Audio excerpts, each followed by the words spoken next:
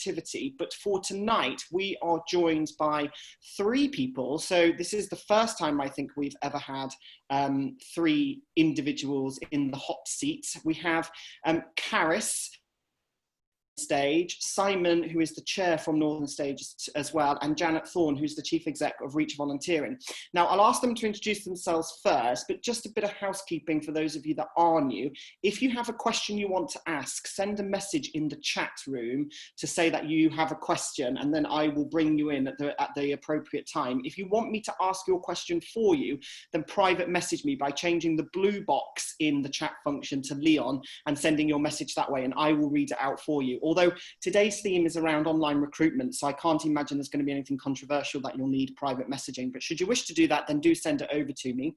And you can do that at any stage. You don't have to wait until the end to ask questions. We're here for 45 minutes, so we will quickly make a start. And I would like to ask Carys to introduce herself first. Hi, yeah, so I'm Carys, I am 22 and I am a trustee for Northern Stage and the North East Young Trustees Movement Ambassador, which means that I just kind of coordinate the Young Trustees Movement in the North East region. And in my role as a trustee at Northern Stage, I've been there for just under a year in September. It's been a very interesting year to be a first year in a trusteeship. It's obviously not been exactly what I was expecting, but I have really enjoyed it. Northern Stage I should have said Northern Stage is a theatre if that wasn't obvious from the name. I got involved with them first when I was a student at Newcastle Uni. I used to go along and review shows there and worked a bit in their participation community engagement kind of department, and also just reviewing plays, doing workshops with them around that. And yeah, that's me. Thanks, Carys. Simon, over to you. So I'm Simon Elliott and I'm chair of the board of Northern Stage. And Northern Stage is the largest producing theatre between Edinburgh and York. We turn over about 3.5 million a year, or at least we did. And we have about 60 to 70,000 people who come and see work with us, as well as a whole lot of people who participate and are part of our talent programs and are part of our outreach. We have a board of about 14 trustees at any one time, and we went through a process, which I'm sure we'll talk about tonight, to recruit younger trustees to help us diversify our board, and I'm sure we'll talk a little bit more about how we did that. Thanks, Simon. And Janet, over to you. Hi, I'm Janet. I'm the Chief Executive of Reach Volunteering. So we're a charity that connects up people who want to volunteer their professional expertise with the charities that want that expertise. And just under half of the roles that we support are trustee roles. So last year we helped just shy of 1,400 placements, and of those 880 or more were trustee roles. This year it's been a very different year, as you might imagine, and we've actually had an amazing number of volunteers joining us. So I think we're on track to almost, not to double that, maybe a third uplift on that again this year, perhaps more, depending on who knows what's around the corner. But yeah, so we're really interested in helping charities broaden their boards and diversify their boards and recruit brilliant trustees for that. And that, of course, includes young people. Yeah, that's probably enough from me at the moment. Thanks, Janet. Okay, so we're going to go straight into it then, because Carys said she's been a trustee of Northern Stage for a year, so it should be pretty fresh in terms of the process she went through to get appointed to that board. So, Carys, give us your overview as how old were you last year before you got appointed? I was 21 when I went through the 21. Okay, so pretty young. So give us an overview of the process you went through and how you found it as a 21-year-old who had been going to this theatre, writing reviews, getting involved in the participation team, then applying to the board. Just tell us what it was, what you had to do to apply, and kind of what it felt like doing that at your age then. Okay, so I didn't come to my trusteeship as somebody who was seeking a trusteeship and found one that suited me. I didn't really know what a trustee was when I first was approached about the role. But essentially, someone who works in media and marketing at Northern Stage, who I'd worked with a bit because I'd written a lot of reviews for them and worked for the university newspaper, approached me and sent me a link to this position, and she was like, have you considered this? I think this might suit you. And I was kind of like, oh, I don't think it would, basically. Because I'd sort of, I don't know, I just didn't know much about governance, and I was like, I'm not sure if that's really something that I'm in a position to, like, I didn't feel like I knew enough, I think. And then she was kind of like, well, if you don't at least go for it, then how on earth do you know that? So then she sort of got me there, and I was like, okay then. So all I had to do to apply was record a video of myself. I remember looking for a blank wall in my student house, and the only one I could find was in the bathroom. So I remember sitting on the bathroom floor recording this video of me like, I'd like to be a trustee of Northern Stage because, you know, blah de blah. And just a really short video basically introducing myself. And I just had to send that off, and that was the initial application process. Oh, I also had a meeting with Simon, because they held a meeting which a few of my friends who were also involved in Northern Stage went to, basically for anyone who was maybe interested, pre-application, just being like, what is being a trustee? Here's an opportunity for us to tell you. But because I couldn't make that, Simon very kindly met up with me for a coffee just to explain what it was. And then after that video, a group of us who were shortlisted got to attend a trustee meeting, which I thought was really valuable, got to sort of see it happen. And then we also had an interview, each of us. And then I was very happy to have been appointed out of that process alongside one other young trustee. Thanks, Carys. So finding the awkward background to do your video, you're a year ahead of everyone else, because everyone else has been doing that since March 27th, when everyone went into lockdown, to find appropriate background to do things like this. So if I go to Simon next, because Simon, I think there'll be people watching this, and there are some names I don't recognise, who are probably chairs or trustees or responsible for governance in their organisation, thinking about young trustees. Talk to us about the process you went through as a board to work out that was a section of society you wanted around the table. What was the journey from sort of start to finish as a chair? I think the very first start point is to discuss as a board what your values are as a board and why.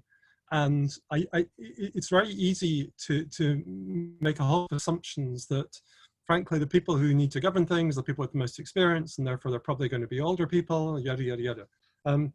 I passionately believe that the best team is a diverse team. And the reality is, therefore, that I'm 56, and I know what it's like to be 56. I don't know what it's like to be 22. I don't know what it's like to be 22 now. I did know in the 80s, but I don't know what it's like to be 22 now. And one of the conversations we had as a board is, what's the value that a young trustee brings? And there are so many values. One of the things I would say, just an easy one that everyone will get straight away, people born after a certain age are digital natives, whereas people like me are not digital natives. And there's so many societal things that being a digital native means they're second nature to you, and you completely understand without having to be explained. Whereas from my point of view, I don't get that, and I'm trying to figure out, well, why would it be, and why would, what is the point of Twitter or something like, that's a conversation. From a governance point of view, that's a really important conversation to have, because otherwise you just assume stuff. You know, why is that thing happening on social media? I don't know, I'm not on social media, for instance. So first as a board, you come together and say, what's the value in this? Then when you establish that you collectively as a board that you know what the value is, you then say, okay, we need to go about this in a way that sets it up for success. That instantly was, we're going to find two, not one. Two really important, because it gives you a sense of fellowship. It gives you a sense that you're not just in this by yourself. And then to go through a process that invited people to express interest before we started telling people too much about the level of responsibility. Because the one assumption that we made, and we only made one, was that knowledge of what governance was would be relatively low. But we didn't know what concerns people would have, what information gaps they would have. So we invited people along to that meeting that Carys unfortunately couldn't attend. And that meeting was us saying, here we are, we're human beings. During tonight, you get to ask us lots of questions, and we'll do lots of description, and we'll listen to what your thoughts and concerns are. as opposed to us telling you what we think your concerns are. And so we went through that. And then, as Carys says, we then moved to the video stage because we didn't want people to fill in forms. We wanted people just to make videos and share the videos with us. And so we in a relatively extended way, it took us time to do it. We went through from establish why you need to do this, through invite people without making assumptions about what their concerns may be, through to tell us a bit more about yourself, and then come spend some time with us at a board meeting. That was in essence what we were up to, and we took the whole board with us. Everybody on the board was up for this. Everyone is immensely proud that we did it because we've become better through doing it. That's great, thanks. And Janet, as a process, what do you give that out of 10? Is that the sort of thing that you would advise other charities to do? Is that your starting place, looking at values, thinking how do you set this up for success for the candidates, then doing an EOI and then outlining the role? Is that generally how Reach would recommend it? Or what would be your sort of top tips around recruitment to tail end that? Yeah, I mean, I think it sounds great. I think the boards that I've seen that are most diverse and most successfully managed to include people, the diverse trustees that they have recruited, because after all, there's no point recruiting people and then not enabling them to really participate on the same footing. I think they've all started with a really clear sense of what the value will be that difference brings, so why they want young people on the board and why there'll be such a valuable contribution. And then I think, just like Simon says, then you know, it's about setting yourself up for success. So it is about working backwards and thinking, all right, if this is what the end goal of where we want to get to, how are we going to make sure we do it? In terms of actual process, I think there's just so many different ways you can do it. So I think Simon has spelled out a brilliant one. I've heard other people say that they like to make it a very similar process to the ones that they run for other trustees, just so that there's not a two-tier process, and the people who come through, the young trustees, feel like they've been recruited on an equal footing. But I don't think you necessarily do have to do it the same way. I think the important thing is that they feel that they're on the same footing and you don't have a two-tier. I think the point about more than one is really important. I've heard that so many times. I've heard some people say you should have three, so that if one is away, there's still two. And I think it's important for the reasons of fellowship and solidarity that Simon's just articulated. But I think there's also something about if you have at least two people from one background, then you can't make, the rest of the board can't make those sort of lazy assumptions like you're the young person speaking, you're speaking for all young people. So I think that's also really important as well. But I think the key thing about the process is thinking, is literally setting people up for success. So if that's our end goal, then what sorts of barriers or what sorts of things are going to make it easier or more difficult for people to apply on an equal footing? And I think the best piece of advice is always to ask people from that background and say what would be off-putting, what would be easy, because you're not necessarily going to get it all right, and you can make wrong assumptions about what will help and won't help. So always just asking, I think that's always and showing that you're open to adapt the process in a way that will help others. I think there's something really interesting that you said there, and Carys, I'm putting you on notice that I'm going to come and chat to you in a second, because something that Janet just said around the fact that you don't want to create a process that creates two tiers, because it does create an us and them culture between new and young trustees, or just new trustees, if it's not necessarily young people you're aiming for, and existing trustees who might have gone through a different recruitment process. And in previous webinars, we have spoken about this. So, Carys, you're a year in, you've probably been to 3 or 4 meetings. Do you feel there's a difference between you and the other trustees? Is there a bit of friction there or not? I don't think there is. I really vividly remember when I think there's the difference in that, you know, this is my first trusteeship, and I've heard so many people say it takes a year to really get into it. And so I've definitely felt like this has been a year of me finding my footing, but that's been more of a personal journey. And I don't feel like it hasn't felt like everybody else in the room has been, you know, looking down on me as any lesser than because I'm younger because of that. I think what was really, I vividly remember when me and the other young trustee were first appointed, Simon really clearly stating to everyone in the room, we have appointed 2 people as young trustees, but from here on in they are just trustees. We're not at any kind of second level just because we were specifically, you know, appointed through a process that was looking for people who were under a certain age, essentially. And I think that's been really valuable. And I think things like we had a session where with the head of finance who just sort of helped us kind of go through the accounts, because both of us weren't really understanding how to, you know, what am I supposed to read in all of these pages and these spreadsheets and stuff like that. And I think in those ways, Northern Stage have been very accommodating of the fact that we possibly are coming into this on a lower footing, without using that as a justification for then seeing us as lesser than as trustees. I think they've sort of handled that balance very well, but I think you do have to strike the balance of not chucking someone in at the deep end in order to, you know, treat them like everybody else, whilst also, you know, not making someone feel like their hands being held through a process and they're kind of a token young trustee, if that makes sense.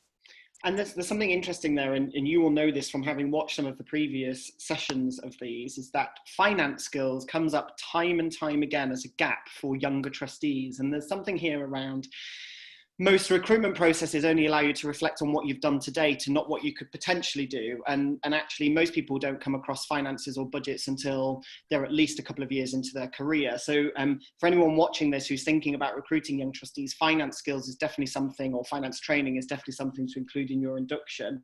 Carys, I want to stay with you because someone's just sent me a message asking, I'll read it out to you. They said, I'd be interested to know from Carys what values were most important to her as a young trustee.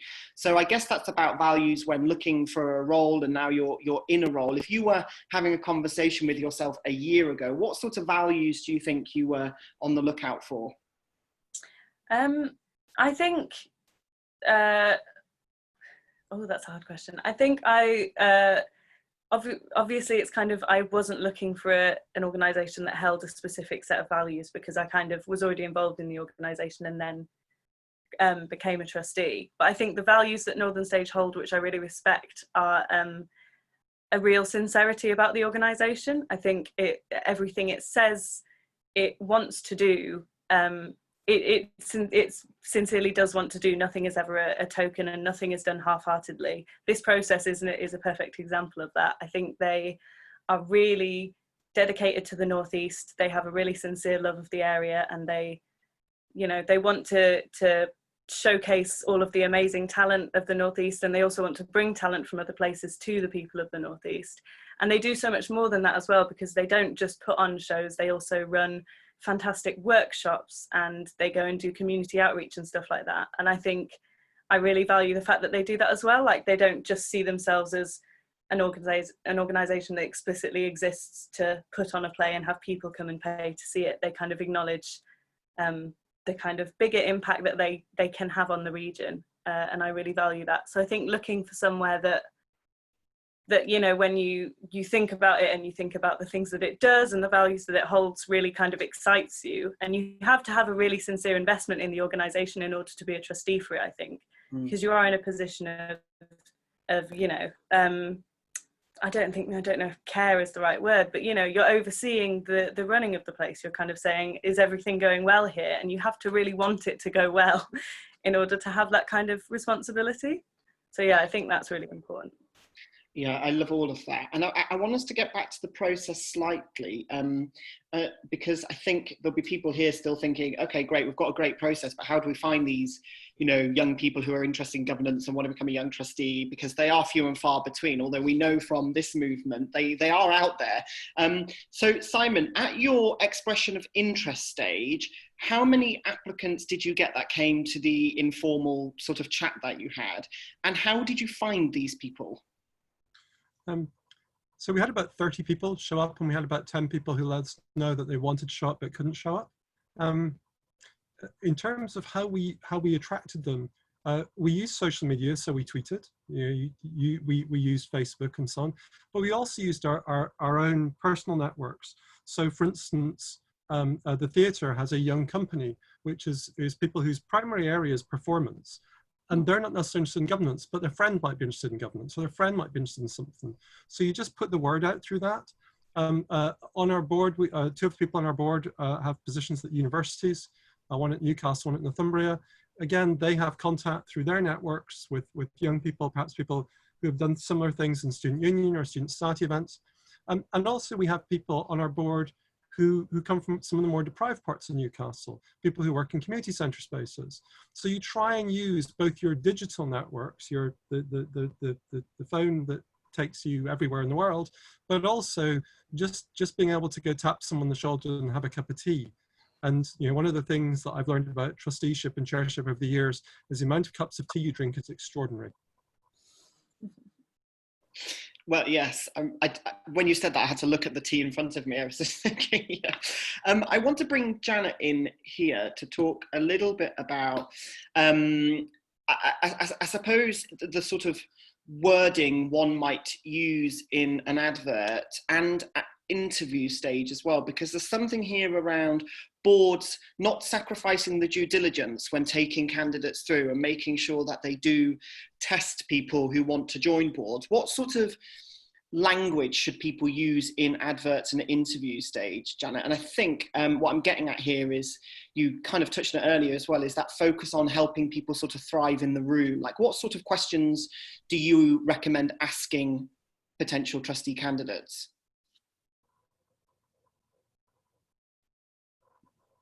Yeah, I mean, I guess the first obvious thing in terms of language is to avoid jargon as far as possible and just explain things clearly, and everyone benefits from that. And that's in the written material and also in the and the kind of the questions you ask. Wow, the questions in terms of testing people at interview, and if are we kind of keeping the online focus still, then I think it's about having quite shorter meetings, shorter interviews, thinking really clearly about what you're trying to test out, and then asking questions which are designed. I mean, this sounds obvious in a way, but it's amazing how often people don't do this. So, I mean, one of the key things about a board is that you work together collectively and collaboratively. So there's got to be some testing there about whether someone is willing and open to working as part of a team, which will be very different to them, quite often. And there's also got to be something about, I think if you're recruiting young trustees for their lived experience, there's got to be something about their willingness and ability to address those issues in a more strategic way as well, rather than just playing on their own personal first-hand experience only in that narrower sense. Because as a trustee, their role is not just to represent their own interests, but to think strategically on behalf of the whole charity, and sort of support the decisions that have been made collectively. So there is something about attitude there that you need to test. You have to be quite inventive about how you do that, but you can do a scenario or scenarios work really well. And then obviously something about values, I think, is really important. And then something about passion as well, because and enthusiasm, because like Carys said, you have to really, really want it to go well to do a good job, So I think that's part of it. But it's also very much about making sure it really does genuinely feel two ways. And this is true for everybody who's applying for a trustee role, not just young people, but it's about giving them, well, first of all, asking them up front at the start of the process, explaining to them what the process is going to be, and then asking them if there are any areas of that they feel uncomfortable with or unsure, or they might need some extra support. So that's one thing, and that's just general good practice in terms of inclusiveness. But it's also about making it really clear that they can ask questions at any point if there's anything they don't understand or don't know or don't have experience of, and then that in no sense will be counted against them. So it's enabling and equipping people to show themselves as well as possible for the things that you're testing, and not disadvantaging them just because they haven't come across some of these things before. And what you say there about setting up a scenario to sort of test, I suppose, strategic insight, or to see how people might operate if that scenario was presented to them at a board. Simon, Carys, talk to us about the board meeting you held where people came and observed you. Tell everyone what you ended up doing, because that is scenario setting in real life as far as I can see. Carys, do you want to say what you remember from that meeting? So we all met up beforehand, the people who were, well, everyone who was attending, all the people who'd been shortlisted met up in the lobby of the building, and that was quite nice. It was literally maybe 5 minutes, and we just all got a moment to just be like, hello, is this strange for you as well? And that was really nice, actually. The sort of actually going into the board meeting, just seeing other people's faces and being like, so other people have also applied for this, and like there were other students there, and I was like, okay, so I'm not too young because there are other students here as well. And that was really, I thought that was really nice. And then we went into the room, and essentially it was just your average board meeting. We had biscuit and tea, which was which was lovely. There were some really nice quality biscuits there.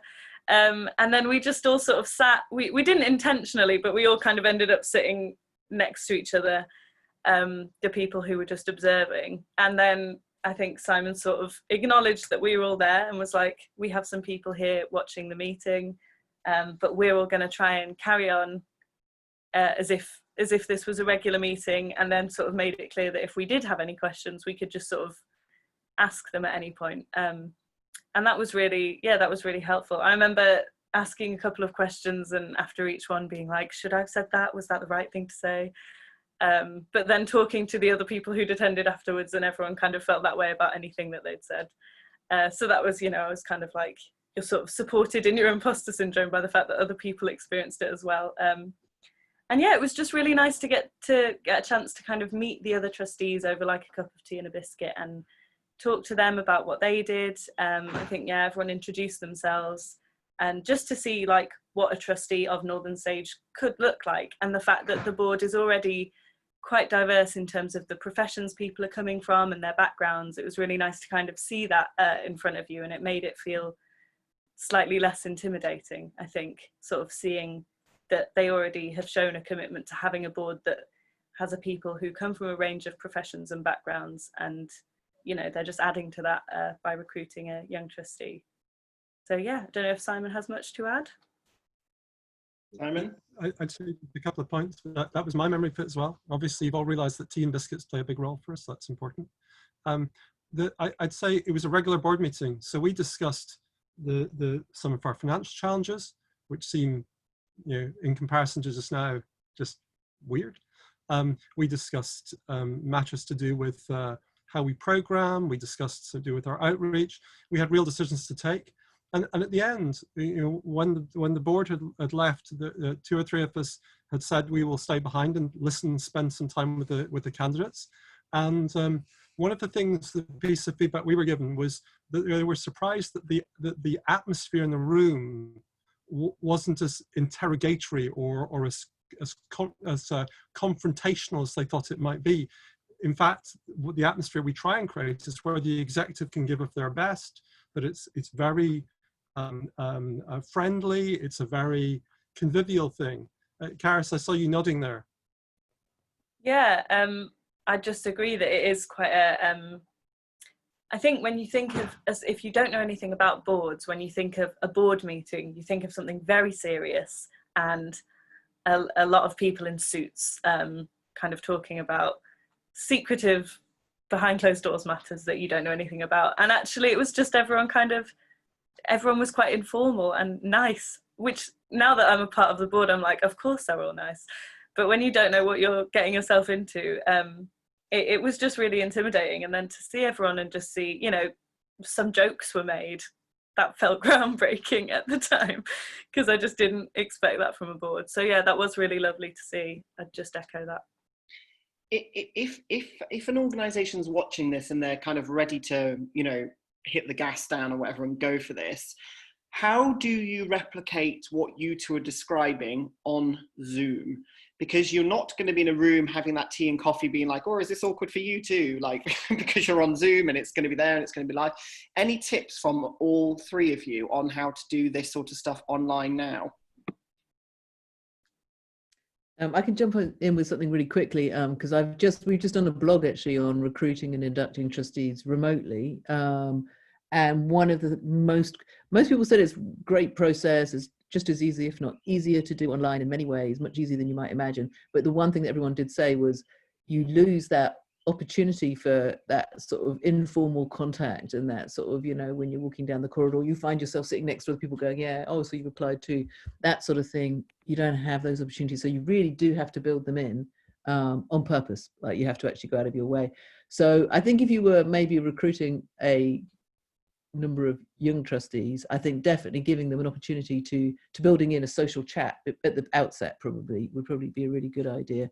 If you're just recruiting one person, then I think making sure that there's a informal check-in at the beginning is absolutely essential. It could be, you know, sort of one of those sort of icebreakers, as long as you don't make it too scary and weird. But you've got to make sure that you give everyone a chance to speak at the outset, so they've sort of cleared their throat and got going with it. And I think that's absolutely essential. But I think the other thing is having lots of different little groups, so you could have a little informal chat with the whole staff team, or whatever it is, whatever you feel like is going to be the best entry. Just make that as the starting point, so that people feel that you're all human beings and it's not this scary world of people in suits behind closed doors, because I think the language can sound like that. I get that.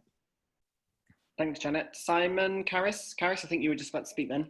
Yeah, something that in terms of the informal chats that Janet was talking about, this is, I don't know if this is getting a bit someone who's been using all the functions of Zoom too much, but I would really recommend breakout rooms, I think, because the thing that I really appreciated about the sort of informal having a cup of tea and talking to a random trustee was not having the intimidating feeling of addressing the whole board as one.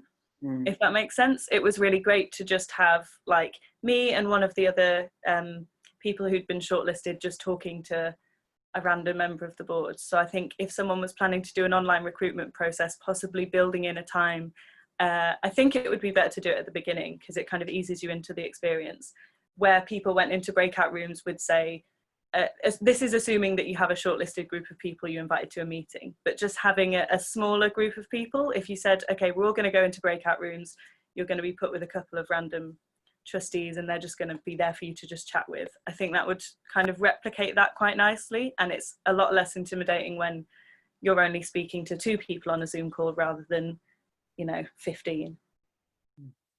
Great. And I want one thing I'd add to it is when you're recruiting trustees, you want to recruit people who can disagree with you, and people who can speak up and take a different point of view. Otherwise, you end up recruiting an echo chamber, and you don't get value. You just don't. So, in order to do that, Carys referred to the fact that she and I had to sit and have a cup of coffee, but she couldn't make the meeting. I did that with about 7 or 8 people who couldn't make the meeting. And the important part of that is that you have to establish trust with someone. So you have to find the space as the existing trustee or the existing chair to share some things about yourself, so that there is a relationship that is not simply, I'm here to interrogate you or interview you, because that is an imbalance in power that just doesn't help. One of the things that's a chair I continually come back to is a chair is simply an ordinary trustee who has been designated to be chair, but has no more power usually than any other trustee. So you're not king of trustees or something, and you need to just make sure your humanity comes across in these things. You build trust, and doing that over Zoom is I'd say is as easy to do as doing it over a cuppa. You just need to do it and have the will to do it.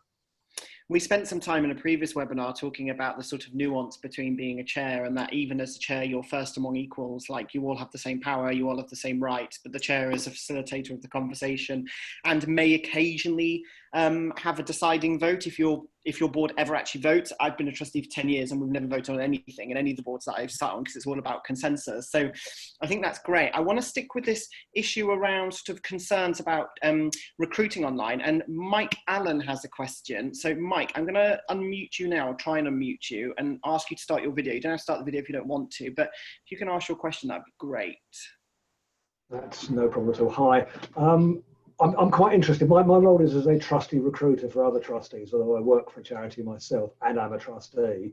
But I'm conscious in this sort of Zoom environment where we now spend all our time in. We've got sort of used to it, but the whole thing about body language and seeing people in little boxes is quite difficult.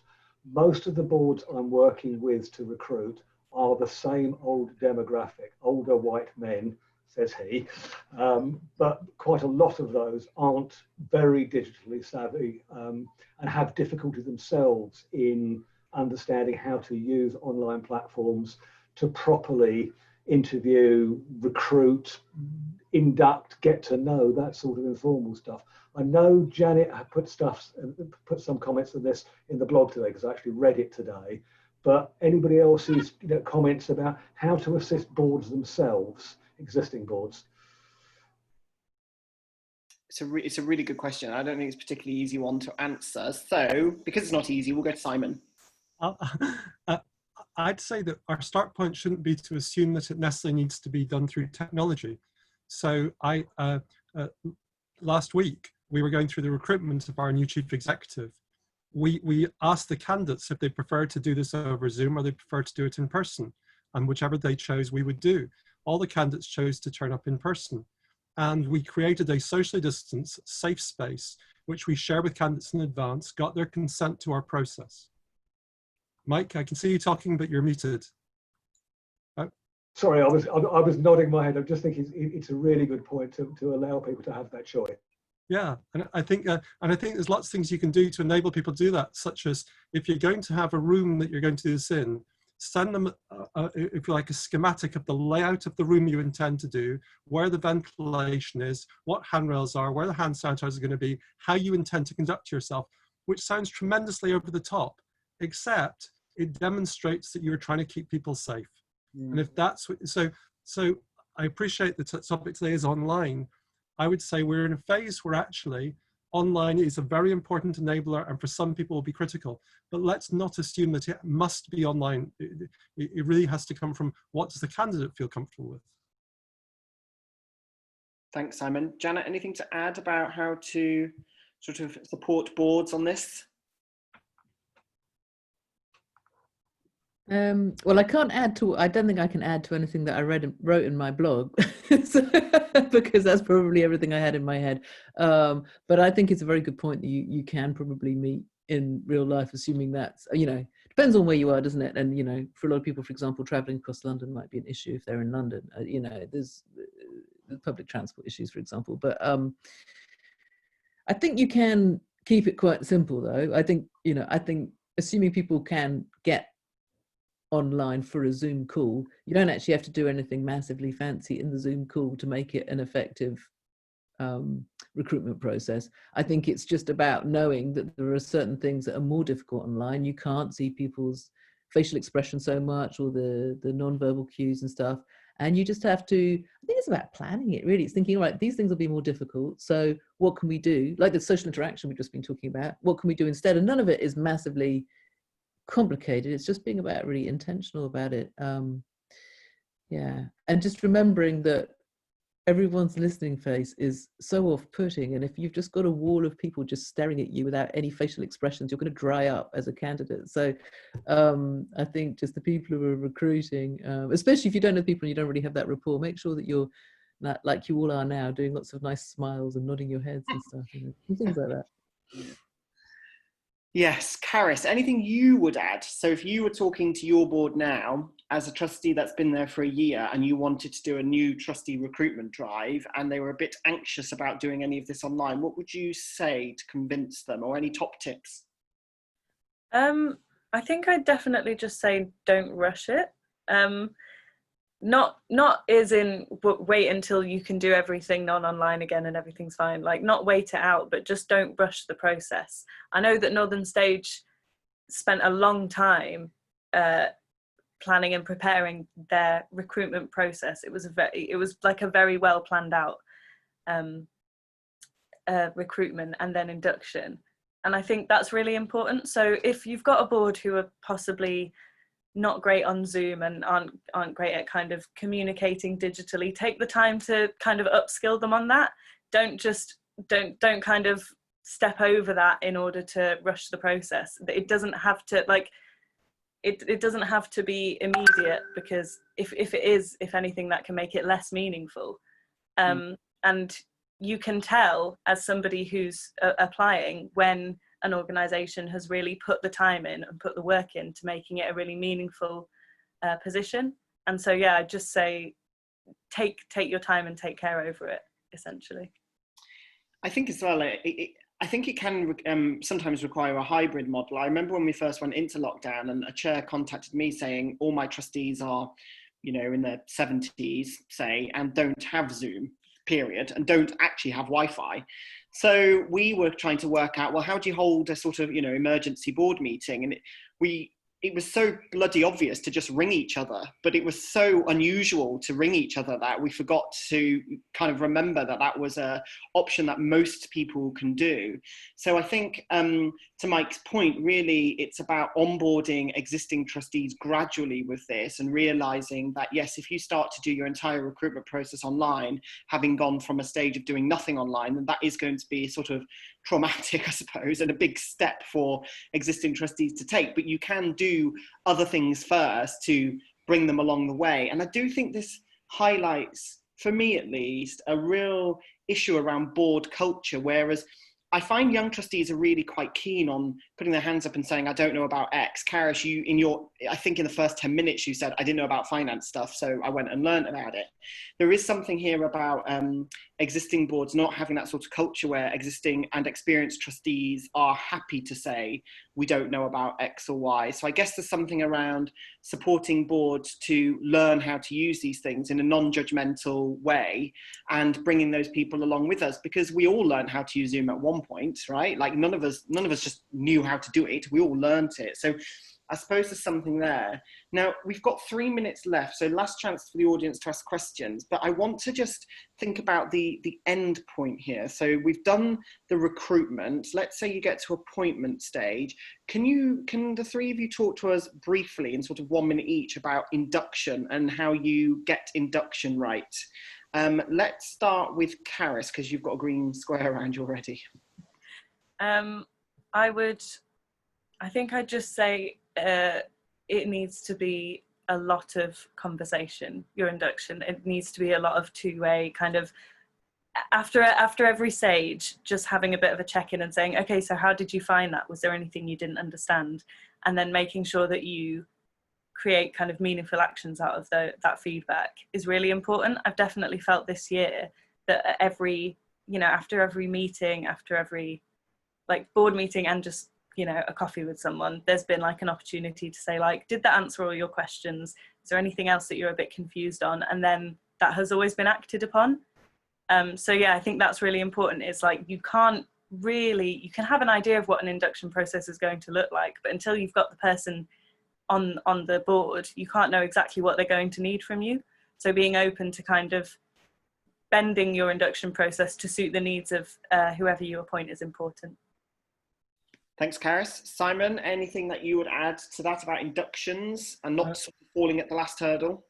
No, two very quick ones. One is that every new trustee, regardless of what their age is, but the fact they're new, is assigned a board buddy at Northern Stage, which is a more experienced trustee that understands the organisation a little bit more because they've been on the board for a little bit longer.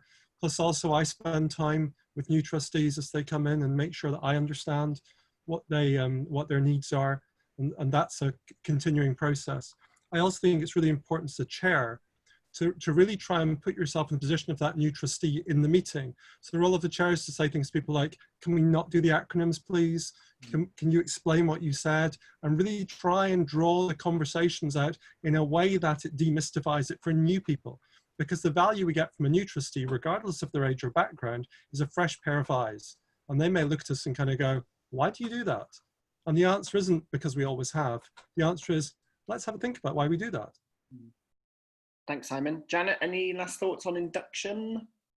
It's hard to add to what's just been said because I really feel like that sums it up pretty beautifully. I think just one tiny extra point, really to the last thing that Simon said, it's that there's no idiot question. Any question is going to reveal really interesting things. And I guess like you were saying, Leon, you want a board that has a learning culture, and that includes learning more about, and always asking the question, those first principles, why do we do this? What's the point of it? And I think any new trustee, particularly someone who's coming from a different perspective, is going to be an invaluable source of doing that. So I think it's just making it really clear to that person why that is so valuable, so they feel empowered and encouraged to ask those questions.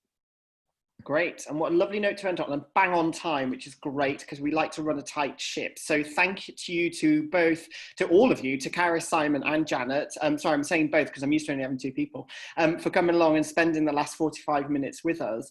Now, for those of you that are interested in getting involved in the Young Trustees movement more broadly, we are taking a slight break from these webinars, but you can sign up to this event, which I am sharing in the chat now, to find out about how to get involved with what we're doing during during Trustees Week. And if you're not aware of Trustees Week, it's the week for everything to do with trusteeship. So really good chance for you to kind of explore the sector and find opportunities to join boards and find free training and all the rest of it.